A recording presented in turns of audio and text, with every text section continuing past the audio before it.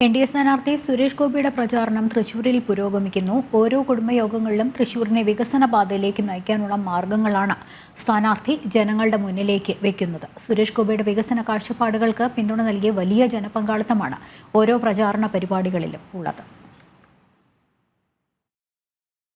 തൃശൂർ ലോക്സഭാ മണ്ഡലത്തിലെ വോട്ടർമാരോട് സുരേഷ് ഗോപിക്ക് പറയാനുള്ളത് വികസനത്തെക്കുറിച്ചാണ്.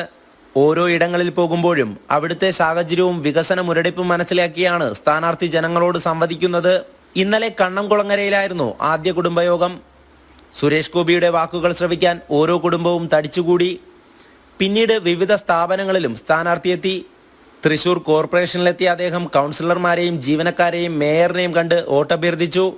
സുരേഷ് ഗോപിയിലുള്ള പ്രതീക്ഷ ഓരോരുത്തരും പങ്കുവച്ചു. വികസനമെന്നത് വാക്കുകളിൽ മാത്രം ഒതുങ്ങുന്നതല്ല എന്ന് തെളിയിച്ച ഒരു ജനപ്രതിനിധി കൂടെയാണ് സുരേഷ് ഗോപി. അതുകൊണ്ട് തന്നെ വലിയ ജനസ്വീകാര്യതയാണ് സ്ഥാനാർത്ഥിക്ക് ലഭിക്കുന്നതും. അയ്യന്തോളിലെത്തി അഭിഭാഷകരോടും പിന്നീട് ISRO റിട്ടയർഡ് ഉദ്യോഗസ്ഥരോടും കുടുംബത്തോടും അദ്ദേഹം വികസന ചർച്ചകൾ നടത്തി. വൈകിട്ട് നന്ദനം ഓഡിറ്റോറിയത്തിൽ നടന്ന പരിപാടിയിലും വലിയ ജനപങ്കാളിത്തമായിരുന്നു. അദ്ദേഹത്തിനായി മേജർ രവിയും പ്രചാരണ രംഗത്ത് സജീവമാണ്. BJPയുടെ സംസ്ഥാന ജില്ലാ നേതാക്കളടക്കം സുരേഷ് ഗോപിയുടെ വിജയത്തിനായുള്ള പ്രയത്നത്തിലാണ്.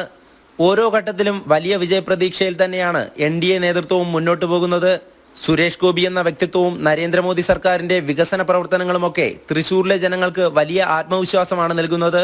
തിരഞ്ഞെടുപ്പിന് ദിവസങ്ങൾ ശേഷിക്കെ പ്രചാരണ രംഗത്ത് ഇരു മുന്നണികളെയും പിന്നിലാക്കിയുള്ള വികസന കുതിപ്പിലാണ് NDA സ്ഥാനാർത്ഥി. ഇന്ന് ഇരിങ്ങാലക്കുട മണ്ഡലത്തിലെ കുടുംബയോഗങ്ങളിലാണ് സുരേഷ് ഗോപി പങ്കെടുക്കുക. ജനം, തൃശൂർ.